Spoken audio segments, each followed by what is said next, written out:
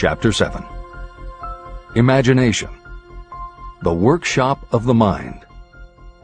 The fifth step toward riches. The imagination is literally the workshop where all plans are created. It is where the impulse, the desire, is given shape, form, and action through the aid of the imaginative faculty of the mind. It has been said that we can create anything that we can imagine. Through the aid of imagination, we have discovered and harnessed more of nature's forces during the past 50 years than during the entire history of the human race previous to that time. And even with all we have accomplished, we have come nowhere near the limit of what we are capable. Our only limitation, within reason, lies in the development and use of our imagination. The human imagination offers so much possibility, it is as though we have merely discovered that we have an imagination, and have just started to use it in a very elementary way. Two forms of imagination. The imaginative faculty functions in two forms. One is known as synthetic imagination, and the other as creative imagination. Editor's comments. In modern usage, the word synthetic has taken on a negative connotation, implying that something is artificial, not the real thing. Today the word synthesized, which is defined as something made up from component parts, would better describe what Hill had in mind, and has been substituted here accordingly. This is the end of the editor's comment. Synthesized imagination. Through this faculty, you arrange old concepts, ideas, or plans into new combinations. Synthesized imagination does not create anything. It merely works with the material of experience, education, and observation with which it is fed. It is the faculty used by most inventors, with the exception of those geniuses who draw upon the creative imagination when they cannot solve problems through synthesized imagination. Creative imagination. Through the faculty of creative imagination, the finite human mind has direct communication with infinite intelligence, the faculty through which hunches and inspirations are received. It is by this faculty that all basic or new ideas are handed over to mankind. It is through this faculty that we pick up vibes from other people, and in that way one individual may tune in or communicate with the subconscious minds of others. This concept is explained in greater detail later. The creative imagination works automatically, but only when your conscious mind is motivated, energized, and working at such a high rate that it becomes very perceptive and receptive, such as when the conscious mind is stimulated through the emotion of a strong desire. The great leaders of business, industry, and finance, and the great artists, musicians, poets, and writers became great because they developed the faculty of creative imagination. Editor's comment. At this point, it should be noted that both kinds of imagination are equally valuable to you, and they work together so seamlessly it is often hard to tell where one ends and the other begins. For instance, when Jeff Bezos created the idea of Amazon.com, was it synthesized imagination or creative imagination? At the time, many people were getting onto the idea of the Internet as a sales medium. From this, it could be concluded that he was drawing upon experience, education, and observation, which would mean he was using synthesized imagination. But why did he decide to sell books? Was that synthesized or creative? Did that idea come out of something in his subconscious that just felt like books were the right thing? And what about that name? Calling a bookstore Amazon didn't make sense to anyone but Bezos, but it certainly caught the public's attention. How important was the name in the store's success? Was that choice creative or synthesized? Now take it a step further. What about eBay? Amazon had already shown that you could sell a lot of goods on the Internet. When Pierre Omidyar hit on the idea of selling things on the Internet by turning it into an auction house, what part was synthesized and what part was creative? The answer is, it doesn't matter. Whether you are consciously assembling the parts of a plan, or if subconsciously the pieces fall into place and suddenly hit you in a flash of inspiration, all that matters is that you are putting your imagination to work. And the more you use it, the better both the synthesized and the creative will work for you. This is the end of the editor's comment. Desire is a thought, an impulse. It is nebulous and ephemeral. It is abstract and of no value until it has been transformed into its physical counterpart. While the synthesized imagination is the one that will be used most frequently in the process of transforming desire into money, there will be circumstances and situations that demand the use of the creative imagination as well. Both the synthesized and the creative imagination become more alert and receptive with use. And though your imaginative faculty may have become weak through lack of use, you can revive it. Just as any muscle or organ of the body develops the more it is used, your imagination also becomes more receptive in direct response to the amount that you use it. Use your synthesized imagination. First, let us focus attention on the development of the synthesized imagination. This is the faculty that you will use more often in converting desire into money. Transformation of the intangible impulse of desire into the tangible reality of money calls for the use of a plan or plans. To make plans, you must use your imagination. Mainly, this will require you to use your synthesized imagination as you draw upon your experience, your education, and your observations. Editor's comment. The following is adapted from Hill's later writing and appears in Napoleon Hill's Keys to Success. An excellent example of synthesized imagination is Edison's invention of the light bulb. He began with one recognized fact that other people had discovered. A wire could be heated by electricity until it produced light. The problem was that the intense heat quickly burned the wire out, and the light never lasted more than a few minutes. Edison failed more than 10,000 times in his attempt to control this heat. When he found the method, it was by applying another common fact that had simply eluded everyone else. He realized that charcoal is produced by setting wood on fire, covering it with soil, and allowing the fires to smolder. The soil permits only enough air to reach the fire to keep it burning without blazing, and that way the wood isn't burned up. When Edison recognized this fact, his imagination immediately associated it with the idea of heating the wire. He placed the wire inside a bottle, pumped out most of the air, and produced the first incandescent light. It burned for 8.5 hours. Everything that Edison used to make the electric light was widely known, but the way he synthesized the knowledge changed the world and made him a very wealthy man. W. Clement Stone called the process the R2a2 Formula. Recognize and relate, assimilate and apply. If you do that with everything you see, hear, think, and experience, it will give you a new way of looking at familiar things. If you do that, you can achieve what others believe is impossible. Later in this chapter, you will read of other fortunes that grew from even simpler synthesized ideas, and these stories should lead you to conclude that the combination of ideas is nothing that you couldn't have thought of yourself. That alone should start your own imagination synthesizing ideas. However, even though these stories will inspire you, and you will be anxious to get started, this is not yet the point for you to start making plans. Here, and throughout Think and Grow Rich, Napoleon Hill reminds the reader that this book is meant to be read all the way through before beginning to put the philosophy into practice.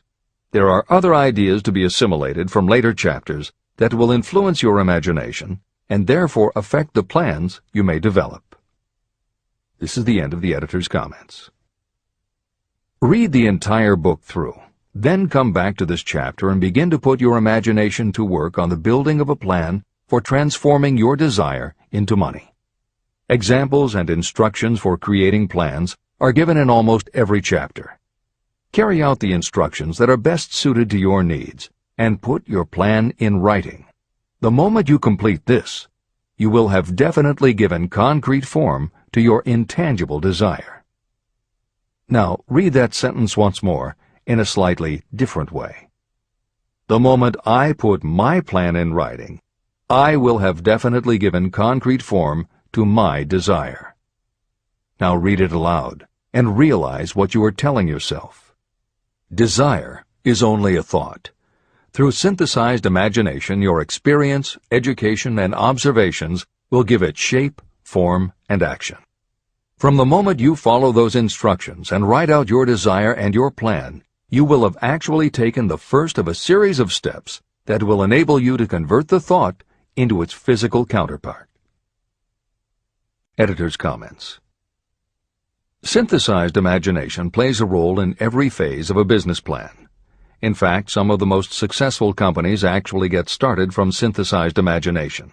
When an entrepreneur, drawing upon his or her education, experience, and observations, takes an idea from one source and gives it a new application. That is exactly what happened with Ruth Handler. She and her husband, along with another partner, had started a small manufacturing company which had evolved into toy manufacturing. The success of their business depended on coming up with new toy ideas. Watching her young daughter at play, Ruth Handler noticed that she was fascinated with cutout books that featured teenage girl or career women paper dolls that she could cut out clothes for. She also knew that little girls loved to play dress-up in grown-up clothes. These ideas, drawn from Ruth Handler's education, experience, and observations, synthesized themselves in her imagination and came together as a new idea. Ruth Handler announced that they should make a lifelike teenage girl doll. Not a paper doll, but a real three-dimensional grown-up doll with a woman's figure, and they could also make grown-up clothes to fit it, so that girls could play dress-up with the doll. In honor of the source of inspiration, Ruth Handler named the new doll after her daughter, Barbie. As obvious as it seems now, until Ruth Handler, no one had the imagination to make and market a doll that looked like a woman, and certainly no one had ever made endless collections of tiny women's fashions for a doll to wear. Previously, we mentioned Jeff Bezos creating Amazon by combining the idea of a bookstore with the Internet, and Pierre Omidyar doing the same thing with auctions when he launched eBay. Mary Kay Ash took the idea of women running their own businesses and added the idea of door-to-door sales. Anita Roddick took the trend of all-natural ingredients, combined it with cosmetics, and created the body shop empire. Bernard Marcus and Arthur Blank took the concept of the supermarket, combined it with hardware, and created Home Depot. Thomas Stemberg and Leo Kahn did the same thing with office supplies and launched Staples. Once the connections are made, it may seem obvious, but making these supposedly obvious connections has brought success to many people. Napoleon Hill says imagination is like a muscle that can be strengthened through use. Just as there are specific exercises that will build and improve physical muscles, specific exercises have been developed to improve and build imagination, and it is commonly accepted that creativity developed in one area will affect your creativity in others. Dr. Edward de Bono, one of the most highly regarded experts in the field, has written more than 25 books, including the bestsellers Lateral Thinking and 6 Thinking Hats, that are literally designed to make you think. Dr. Betty Edwards' bestseller, Drawing on the Right Side of the Brain, uses drawing techniques to awaken creativity. Dr. Gabrielle Rico's bestseller, Writing the Natural Way, uses a technique called clustering as a way to break writer's block. And Tony Buzan uses a similar method for opening your mind that he terms mind mapping. In their bestseller, Super Learning, Sheila Ostrander and Lynn Schroeder show ways to use classical music, and Roger Von Eck suggests puzzles and riddles as stimuli in A Whack on the Side of the Head. This is the end of the editor's comments. Tapping into creative imagination. The earth on which you live, you yourself, and every other material thing are the result of evolutionary change, through which bits of matter have been organized and arranged in an orderly fashion. As far as science has been able to determine, the entire universe consists of but 2 things, matter and energy. Moreover, and this statement is of stupendous importance, this earth, every one of the billions of individual cells of your body, and every subatomic particle of matter began as an intangible form of energy. Through the combination of energy and matter has been created everything perceptible, from the largest star in the heavens down to and including man himself. Desire is a thought impulse.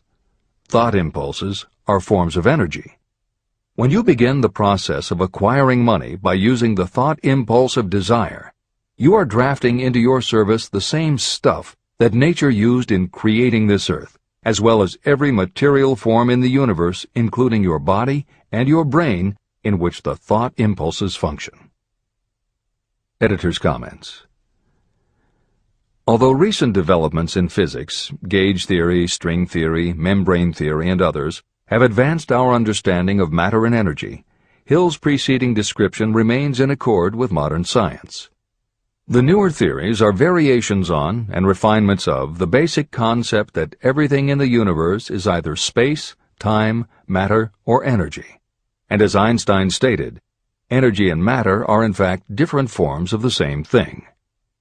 As Hill says, everything from the stars to the solar system to the earth, to you, your brain, and that little spark called a thought, are all the same stuff.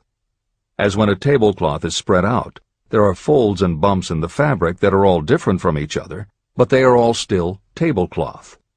Like the folds and bumps in the tablecloth, energy and matter are the same thing in different forms.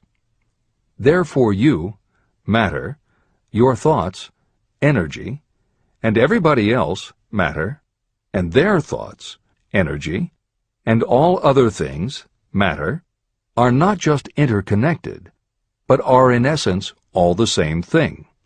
Hill calls this interrelation of everything to everything else infinite intelligence. In the chapter on faith, he made his first mention of infinite intelligence being the source of hunches, intuition, and flashes of inspiration. In the chapter on autosuggestion, he proposed that the subconscious mind is the connection with infinite intelligence. In this chapter, Hill elaborates that creative imagination is the receiver through which these flashes of insight come to us from infinite intelligence. Under some circumstances, when your mind is operating at a high rate, your creative intelligence receives not just an idea, but also a flash of intuition. You get a hunch or a premonition about something or somebody. That flash could not come from your conscious or your subconscious because neither ever had the information. Because everything is a part of everything else, your creative imagination, energy, pulled the thought, energy, directly from the common pool of infinite intelligence, energy, that contains not just your subconscious, energy, but all other subconscious minds, energy, as well. Infinite intelligence is a complex concept, and for those readers who find themselves questioning the process, be assured that Hill expands on the theory in later chapters. The editors advise the reader to set aside any questions for the moment and focus on the logical and practical application Hill had in mind. This is the end of the editor's comments. You are engaged in trying to turn your desire into its physical or monetary counterpart, and there are laws of physics and principles of psychology that can help you.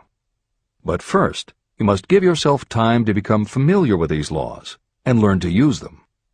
Through repetition, and by describing these principles from every conceivable angle, I hope to reveal to you the secret through which every great fortune has been accumulated.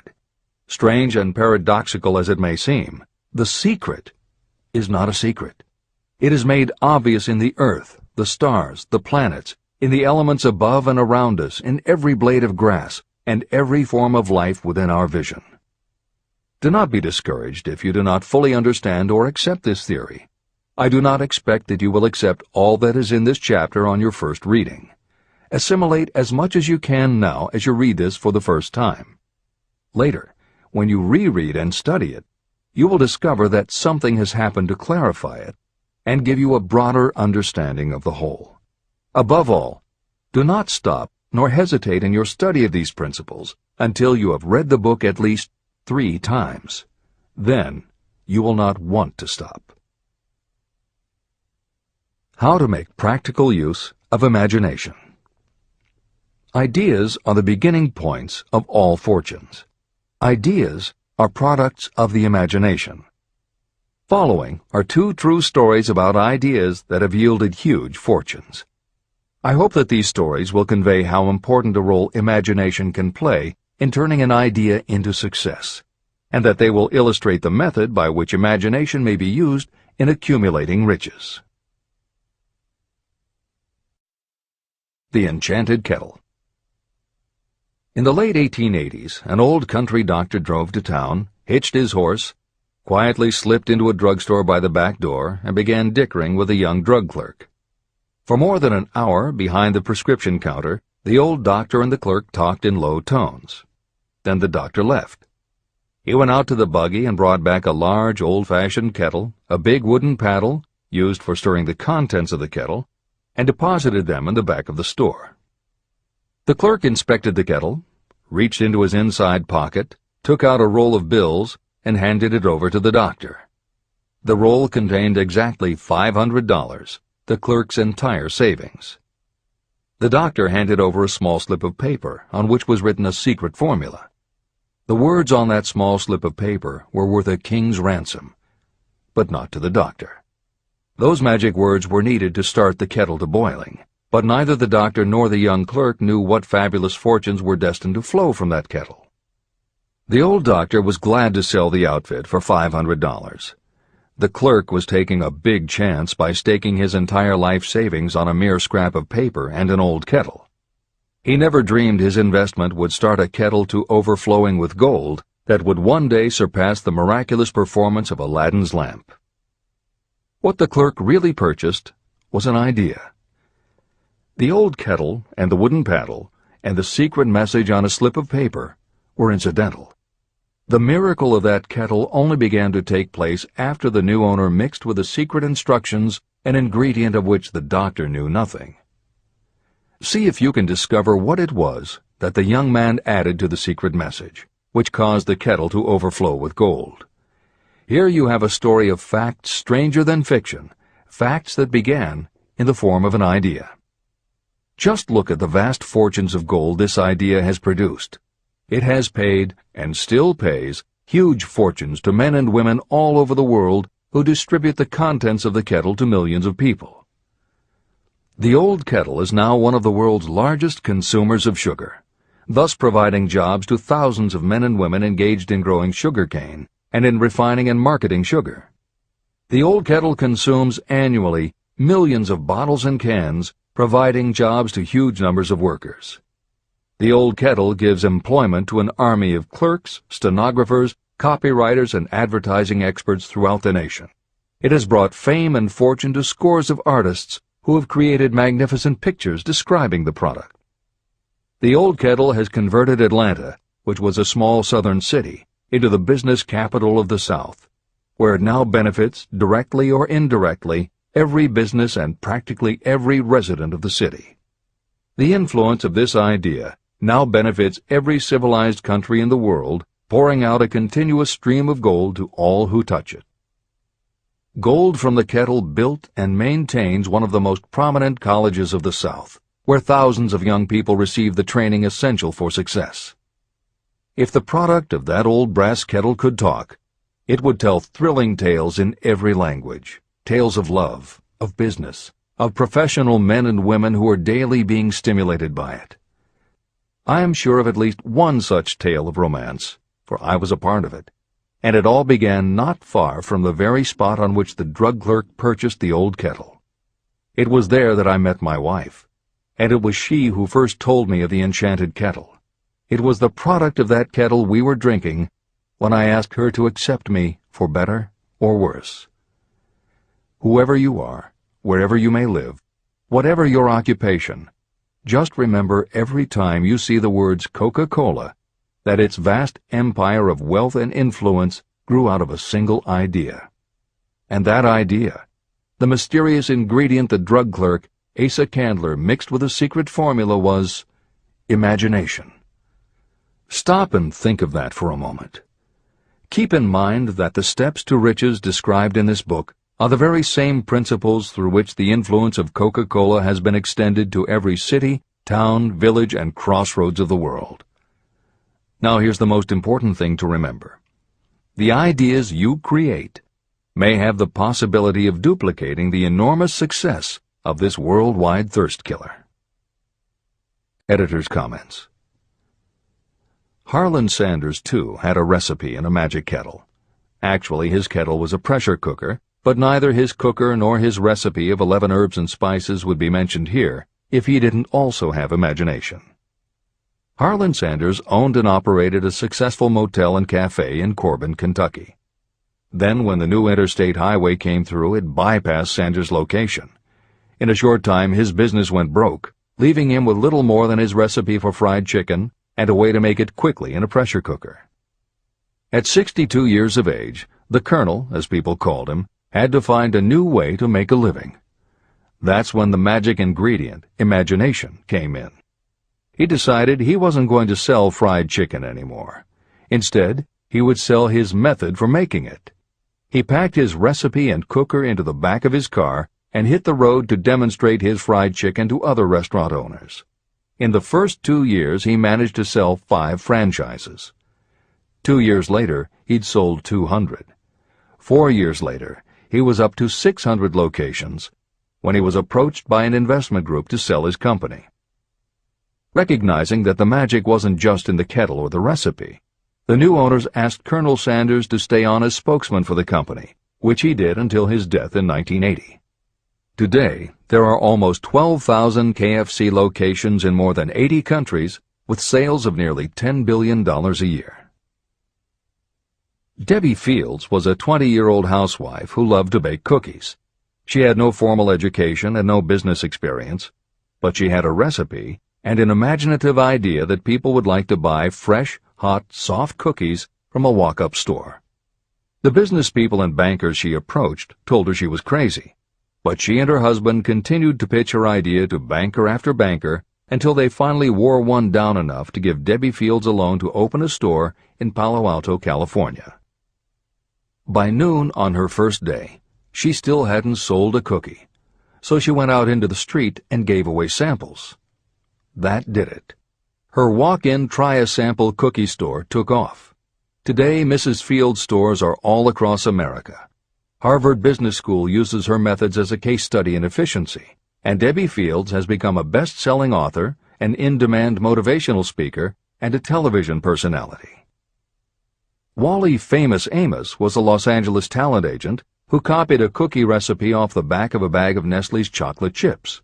He made a few changes to personalize the recipe and started to give out his version of homemade cookies as a sort of calling card. His clients and business associates liked them so much that Wally finally decided to quit show business and open a store. He did it with a Hollywood agent's flair.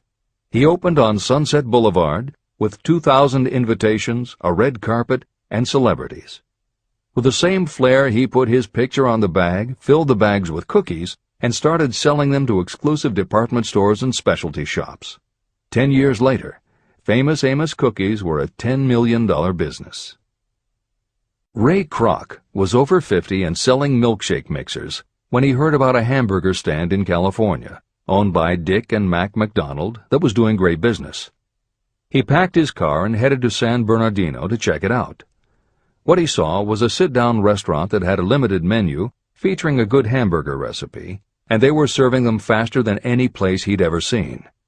Figuring that if there were more places like this, he could sell them a lot of milkshake mixers, Kroc pitched the McDonald brothers on the idea of opening some more McDonald's. They were interested, but they didn't know who they could get to open the new restaurants. This time, it was a recipe and a magic griddle, but it still needed the extra ingredient, imagination. On the spot, Ray Kroc offered to go into business with them and open the restaurants himself. According to the signs on the golden arches, Ray Kroc's imagination paid off in billions of hamburgers sold. In 1982, Howard Schultz went to work as the director of marketing for a small coffee importer wholesaler called Starbucks, which had only one location in Seattle's Pike Place Market. While he was on a trip to Italy, Schultz got the idea that the coffee bar culture he saw in Milan could be transposed to the downtown Seattle scene. He convinced the company to try it. His coffeehouse idea was such a success that Schultz went out and raised the money to buy the company. 5 years after he joined Starbucks, he was CEO of a company that had 17 locations. 15 years later, Schultz's coffee house culture was on every corner of America, and there were more than 7,000 Starbucks worldwide. As a final example of imagination, we offer Paul Newman's salad dressing. Now, it would seem that it doesn't take much imagination for a big celebrity to put his name on a product, and that's what Newman thought too. But when he and his partner, A.E. Hotchner, pitched their salad dressing idea to companies that specialize in marketing foods, nobody was interested unless they would personally put up about $1 million for the first year's operations. According to Newman and Hotchner's book, Shameless Exploitation, they found out that almost all celebrity products in the food business have been disastrous failures, and now nobody would touch them. So when it came to marketing salad dressing, even Paul Newman's big name wasn't the magic they needed. And unless they were willing to put up a ridiculous amount, money wasn't the magic either. The magic would have to be in the imaginative way that they would convince the right people to help them, and in having the perseverance to stick with it until they succeeded. And just like most everyone with an idea, they were told they were crazy to try it. They were turned down by bottling companies that wouldn't do small runs, and they were rejected by distributors who wouldn't take a chance on another celebrity product. In the end, it was one supermarket owner, Stu Leonard, who helped hook them up with the right suppliers. But even that wouldn't have been enough if Stu Leonard hadn't had enough imagination to see the possibilities and agree to put Newman's own salad dressing on the shelves in his store. 15 years later, Newman's Own Brands was a $100 million company, which gives all profits to charity. This is the end of the editor's comments. What I would do if I had $1 million. The following story proves the truth of that old saying, where there's a will, there's a way. It was told to me by that beloved educator and clergyman Frank W. Gonzalez, who began his preaching career in the Stockyards region of Chicago. While Dr. Gonzalez was going through college, he observed many defects in our educational system, defects that he believed he could correct if he were the head of a college. He made up his mind to organize a new college in which he could carry out his ideas without being handicapped by orthodox methods of education. He needed $1 million to put the project across. Where was he to lay his hands on so large a sum of money? That was the question that absorbed most of this ambitious young preacher's thought, but he couldn't seem to make any progress. Every night, he took that thought to bed with him. He got up with it in the morning. He took it with him everywhere he went. He turned it over and over in his mind until it became a consuming obsession with him. Being a philosopher as well as a preacher, Dr. Gonzalez recognized, as do all who succeed in life, that definiteness of purpose is the starting point from which one must begin. He recognized, too, that definiteness of purpose takes on life and power when backed by a burning desire to translate that purpose into its material equivalent. He knew all these great truths, yet he did not know where or how to lay his hands on $1 million. The normal thing would have been to give up and quit, saying, well, my idea's a good one, but I can't do anything with it because I can't raise the $1 million. That is exactly what the majority of people would have said, but it is not what Dr. Gonzalez said. What he said, and what he did, are so important that I will now introduce him and let him speak for himself. One Saturday afternoon, I sat in my room thinking of ways and means of raising the money to carry out my plans. For nearly 2 years I had been thinking, but I had done nothing but think. The time had come for action. I made up my mind, then and there, that I would get the necessary $1 million within a week. How? I was not concerned about that. The main thing of importance was the decision to get the money within a specified time. I want to tell you that the moment I reached a definite decision to get the money within a specified time, a strange feeling of assurance came over me, such as I had never before experienced. Something inside me seemed to say, "Why didn't you reach that decision a long time ago? The money was waiting for you all the time." I called the newspapers and announced I would preach a sermon the following morning entitled, "What I Would Do If I Had $1 Million." I went to work on the sermon immediately, but I must tell you frankly that the task was not difficult because I had been preparing that sermon for almost 2 years. Long before midnight, I had finished writing the sermon. I went to bed and slept with a feeling of confidence. for I could see myself already in possession of the $1 million.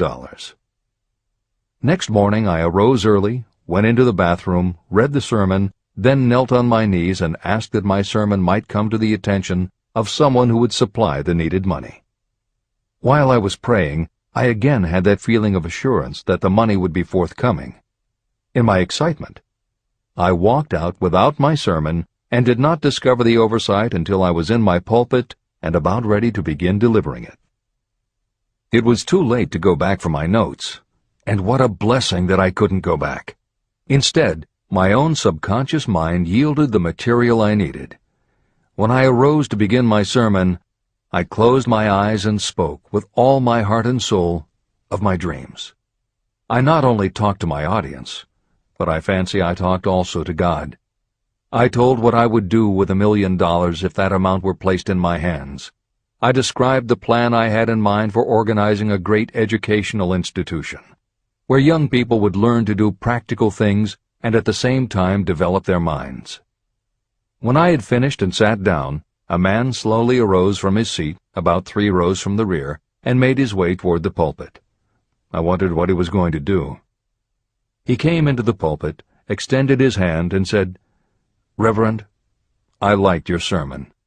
I believe you can do everything you said you would if you had $1 million. To prove that I believe in you and your sermon, if you will come to my office tomorrow morning, I will give you the $1 million. My name is Philip D. Armour." Young Gonzalez went to Mr. Armour's office, and the $1 million was presented to him. With that money he founded the Armour Institute of Technology, now known as Illinois Institute of Technology. The $1 million that launched the Armour Institute came as the result of an idea. Behind the idea was a desire that young Gonzalez had been nursing in his mind for almost 2 years. Observe this important fact. He got the money within 36 hours after he reached a definite decision in his own mind to get it and decided upon a definite plan for getting it. There was nothing new or unique about young Gonzalez vaguely thinking about $1 million and weakly hoping for it. Others have had similar thoughts. But there was something very unique and different about the decision he reached on that memorable Saturday, when he put vagueness into the background and definitely said, "I will get that money within a week." The principle through which Dr. Gonzalez got his $1 million is still alive. It is available to you. This universal law is as workable today as it was when the young preacher made use of it so successfully. Editor's comments.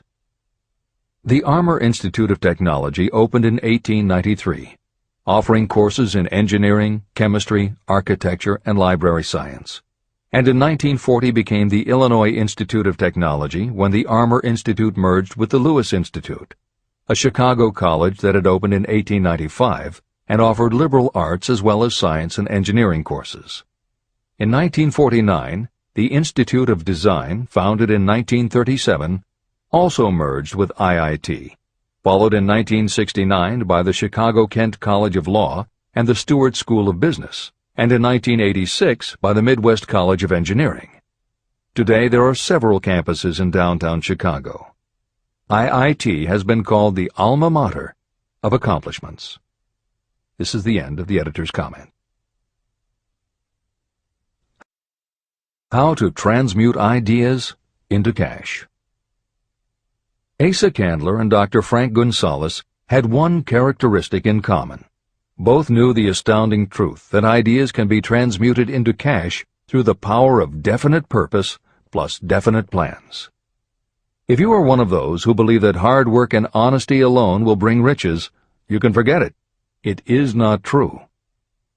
Riches, when they come in huge quantities, are never the result of hard work alone. Riches come, if they come at all, in response to definite demands based upon the application of definite principles, and not by chance or luck.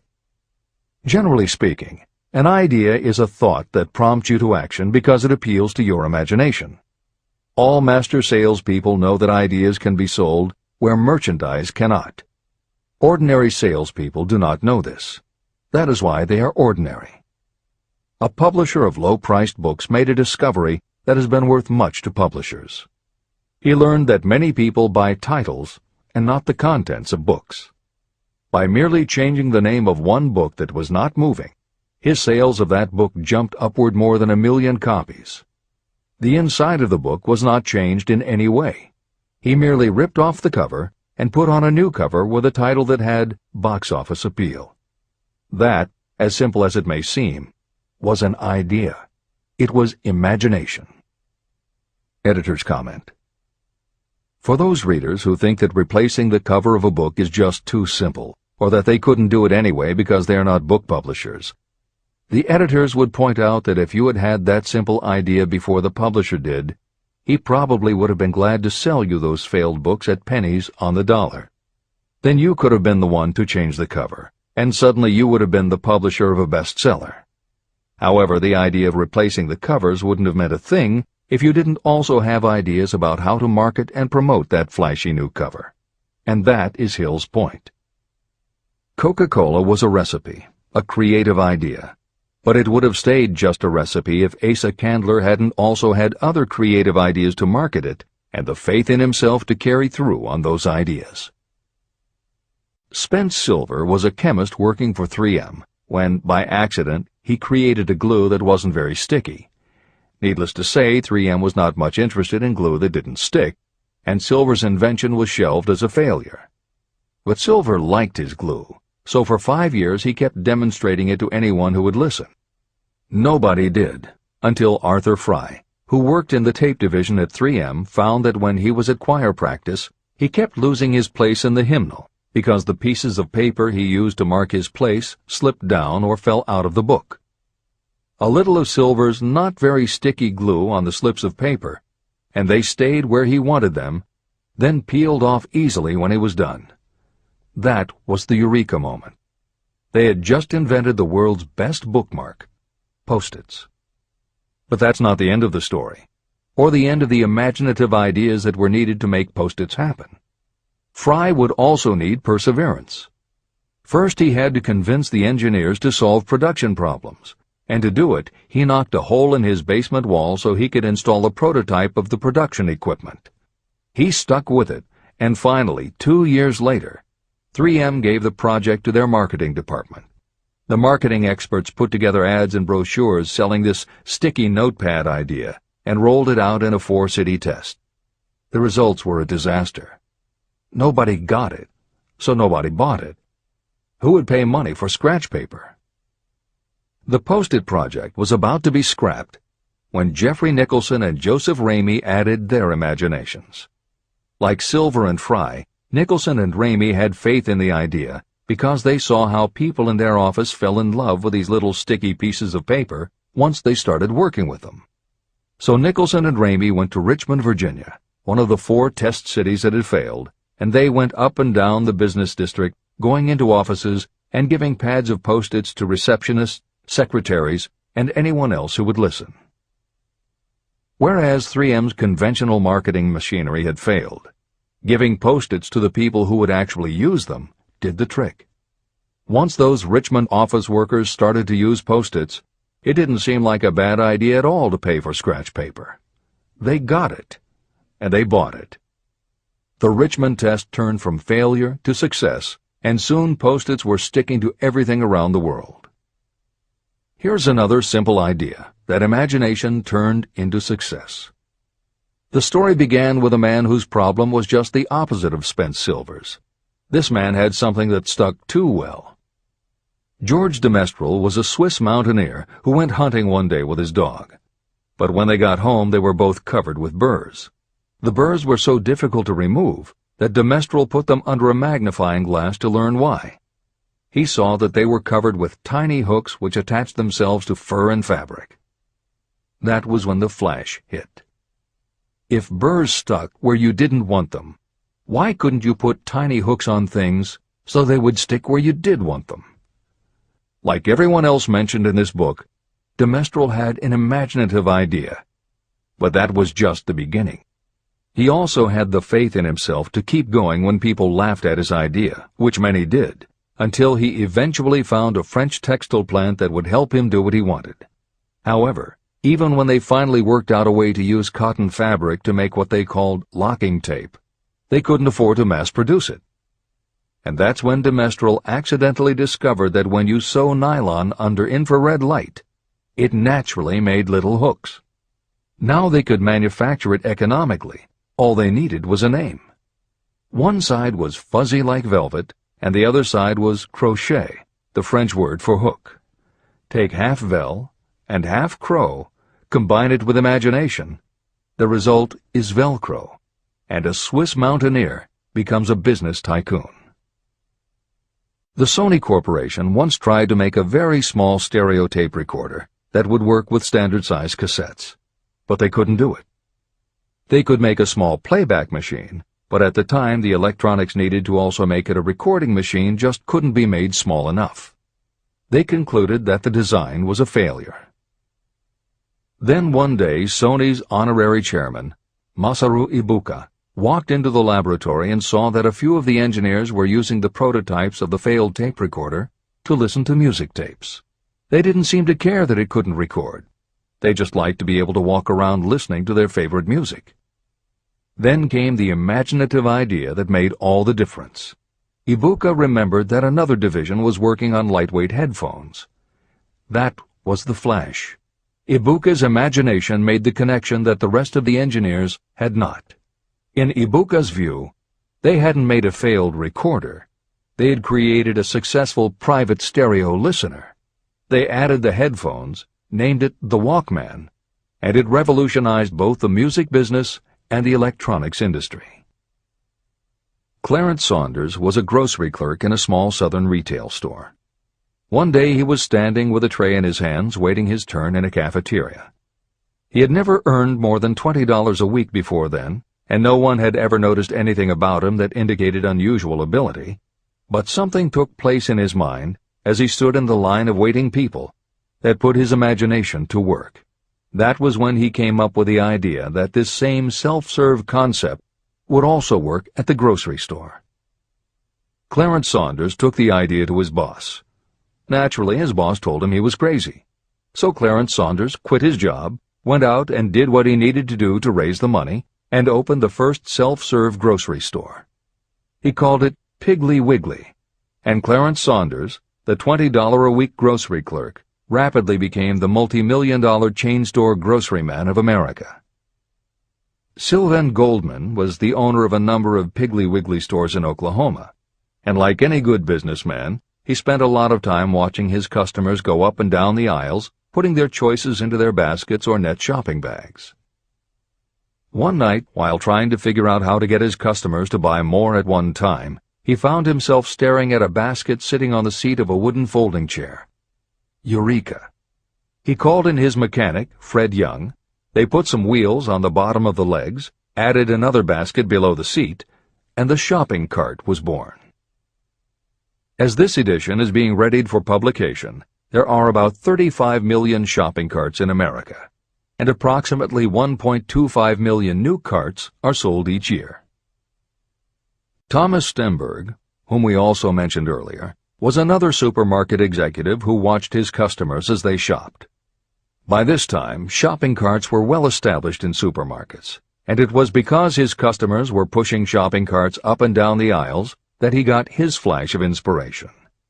He was so sure of his idea that he convinced another supermarket executive, Leo Kahn, to join him. Together, they took the supermarket concept and applied it to selling office supplies. And in 1986 they opened their first store in Brighton, Massachusetts. They called it Staples.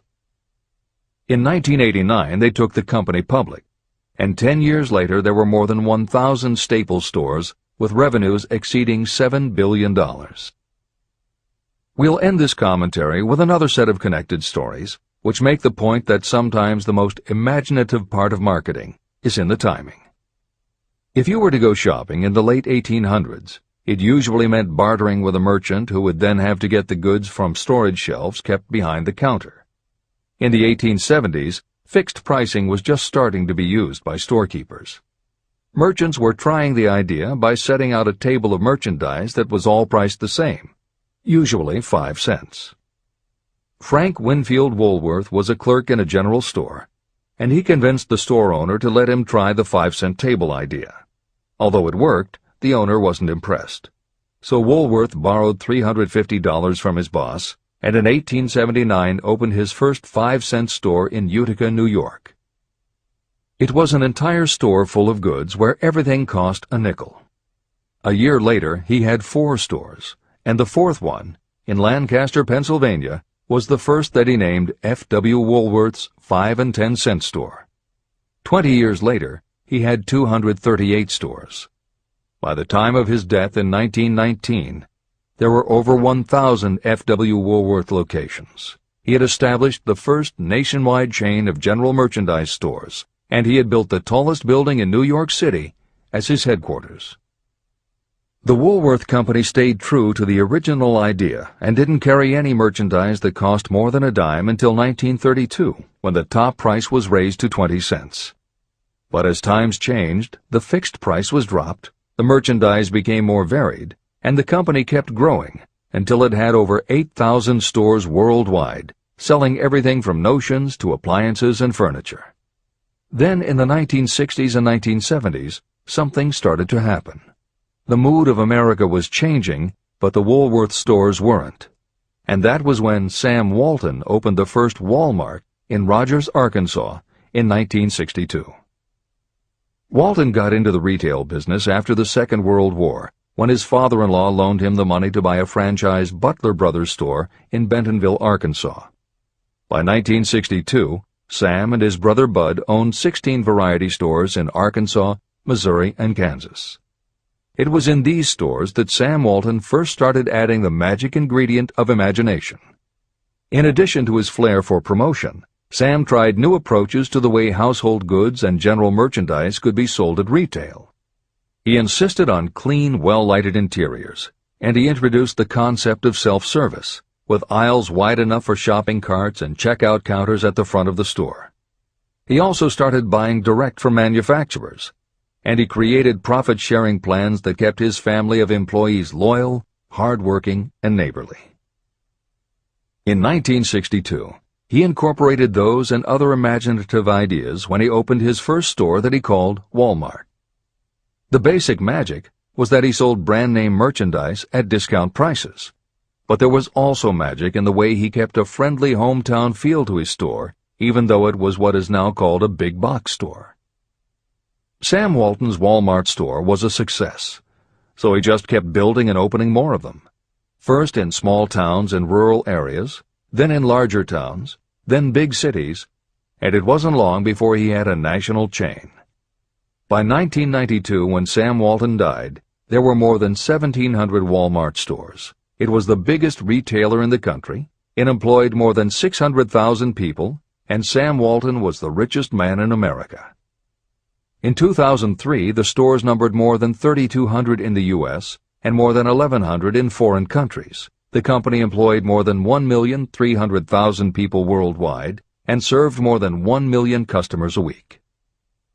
Along the way, Woolworths and other older retailers such as Kresge's tried to get on the bandwagon with their Woolco and Kmart stores, but they couldn't seem to get it right.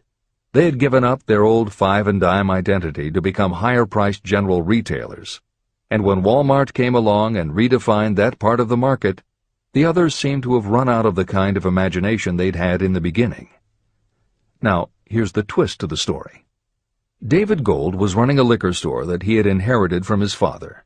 He noticed that whenever he put out a display of goods priced at 98 cents or $1, the goods would sell okay, but if his sign said 99 cents, the goods sold out in no time. He decided that he would open a store called the 99-cent only store, where everything would be priced at 99 cents. Sound familiar? Frank Woolworth's imaginative idea from 1879, which had been dropped at his namesake chain by the 1940s and 1950s, had just gotten a fresh shot of imagination from David Gold in 1982. As usual, friends and family told him he was crazy, but David Gold went out to find suppliers who would sell him discontinued merchandise or overproduced products at a price low enough that he could offer them to the public at 99 cents. He found them. And they even had brand-name products of everything from hardware to pantyhose, cleaning products, motor oil, kitchenware, cosmetics, electronics, toys, canned goods, frozen foods, cookies, fresh fruit, even gourmet foods. More than 5,000 items that he could sell for 99 cents and still make a profit. David Gold opened his first well-lighted, brightly colored green and fuchsia wide-aisle store in Inglewood, California in 1982. By 2003, he had 142 stores in California, Nevada, and Arizona, and he was listed on the Forbes 400 as having earned a personal fortune estimated at more than $650 million. As Napoleon Hill wrote elsewhere about the creation of Piggly Wiggly, where in this story do you see the slightest indication of something that you could not duplicate? The plan, which made millions of dollars for its originator, was a very simple idea that anyone could have adopted. Yet considerable imagination was required to put the idea to work in a practical sort of way. The more simple and easily adapted an idea is, the greater is its value, as no one is looking for ideas that are involved with great detail or are in any way complicated. This is the end of the editor's comments. There is no standard price on ideas. The creator of ideas sets his or her own price, and if they are smart, they get it. The story of practically every great fortune starts with the day when a creator of ideas and a seller of ideas got together and worked in harmony. Carnegie surrounded himself with men who could do what he could not do, men who created ideas and men who put ideas into operation, and that was what made him and the others fabulously rich. Millions of people go through life hoping for favorable breaks. Perhaps a favorable break can get you an opportunity, but the safest plan is not to depend upon luck. It was a favorable break that gave me the biggest opportunity of my life, but more than 20 years of determined effort had to be devoted to that opportunity before it became an asset. The break consisted of my good fortune in meeting and gaining the cooperation of Andrew Carnegie. On that occasion, Carnegie planted in my mind the idea of organizing the principles of achievement into a philosophy of success. Millions of people have profited by the discoveries made in the years of research, and fortunes have been accumulated through the application of the philosophy. The beginning was simple. It was an idea that anyone might have developed. The favorable break came through Carnegie. But what about the determination, definiteness of purpose, and the desire to attain the goal, and the persistent effort of all those years of research? It was no ordinary desire that survived disappointment, discouragement, temporary defeat, criticism, and the constant reminding that I was wasting my time. It was a burning desire, an obsession. When the idea was first planted in my mind by Mr. Carnegie, it was coaxed, nursed, and enticed to remain alive. Gradually, the idea became a giant under its own power, and it coaxed, nursed, and drove me. Ideas are like that. First you give life and action and guidance to ideas. Then they take on a power of their own and sweep aside all opposition. Ideas are intangible forces, but they have more power than the physical brains that give birth to them. They have the power to live on after the brain that creates them has returned to dust. Tell the world what you intend to do, but first, show it.